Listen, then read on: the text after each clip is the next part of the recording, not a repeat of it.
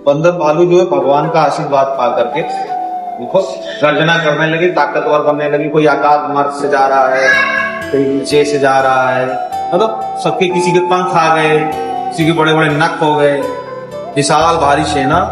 अब आगे वर्णन करते हैं कि चिक्करे दिग्गज ढोर में लोल सागर खरभरे, वो खनखरस सब गंधर्व सुरमुनि नाग किन्नर दुख टरे, कटकटई मरकट भिकट हट कोट कोटे धावही, जय राम प्रबल प्रताप कौशल नाथ मंगन गावही, सही सक न भार उदार ऐपत बार बारई मोहही, गादसन पुनि पुनि कमट पृष्ठ कठोर सोती सोसई, रघुवीर रुचिर प्रयाण जानी परम सुहावनी, जन कमट खर पर सर्पराज ललित अविचल मावनी। जिहाड़ने लगे दिग्गज की जितनी ताकत देखी डोलने लगा और सागर में उथल पुथल आ गए। मन में हर्ष हुआ, गंधर्वों को, देवों को, किन्नर तक को हर्ष हुआ कि अब जो है हमारा दुख सट गया। जब श्री राम की सेना तैयार हुई मतलब पाप का अंत होगा, और जिसको भी पाप से दिक्कत थी उसको जीतने के बाद, ऐसे सेना तैयार होने के बाद सबको ये हर्ष हुआ कि अब पाप का अंत होगा, मैं स्वतंत्र हो जाऊंगा।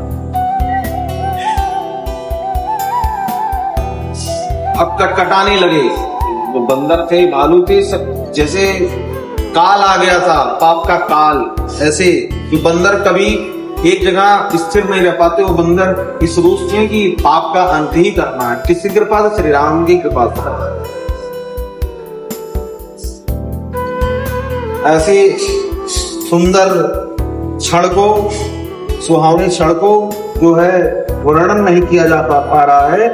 जो सर्पराज भगवान शेषनाग, और जब मंथन हुआ था ना तो शेषनाग धरती का भार नहीं सह पा रहे, ऐसे इस प्रकार ऐसी हलचल थी कि पूरे पृथ्वी का भार शेषनाग नहीं संभाल पा रहे हैं।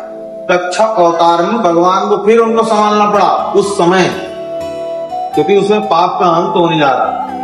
तो कच्छप अवतार में भगवान ने फिर से शेषनाग को संभाला। वहां निशाचर राही सशंका, जबते जार गयो कपिलंका। निशाचर को डर था, राक्षसों को डर था। जब से बंदर जो है लंका में आकर के उथल पुथल मचाया, तब से भय सबको डर चुके थे। यह बलशाली निज निज गृह सब करें विचारा, नई निश्चर कुल केन उबारा। रोज रोज सब घरों में अपने विचार करते थे कि अब निशाचरों का अंत आ चुका है, अब हमें कोई बचा नहीं सकता है। जब से हनुमान जी ने जब से लंका जलाया, तब से जास दूत बलबरन न जाई, ते ही आए पुर कौन भलाई। जिसके दूत का वर्णन नहीं किया जा सकता है, ते ही अगर उनका मालिक आएगा तो क्या होगा। दूत आया खलबली मचा गया हनुमान जी के, और जब मालिक आएंगे तब क्या होगा। ये सब सोच करके जो राक्षस थे परेशान थे सब। दूतन संग सुनी पुरजन लागी, बानी मंदोदरी अधिक अकुलानी। ऐसे दूतों का बात सुन करके मंदोदरी के मन में अकुलाहट हुई, संतोष नहीं उत्पन्न हो रहा। रस जोर करपत पगलागी, बोली वचन नहीं तरस पाती। एकांत में पा करके पति को, रावण को पा करके हाथ जोड़ करके बोली कि नीति और सुंदर वचन बोली। अब बोली क्या? कंत करस हरिसन परिहरे हो, मोर कहा अति पित ये। मैं आपकी हित की बात करता हूं, ये हट छोड़ दो। समुझत जास दूत कई, करनी अस्त्रों गर्भ नीचर।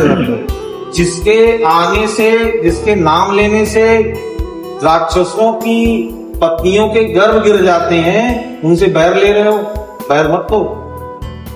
समझा रहे थे, तास दूर तास नार निज सची बुलाई, पटुओं कंत जो चाहो भलाई। मैं आपकी भलाई चाहती हूँ कि जो सीता को लाए उनको किसी मंत्री के साथ भिजवा दो, वापस कर दो, इसी में तुम्हारा आपका कल्याण है, और मैं यही चाहती हूँ।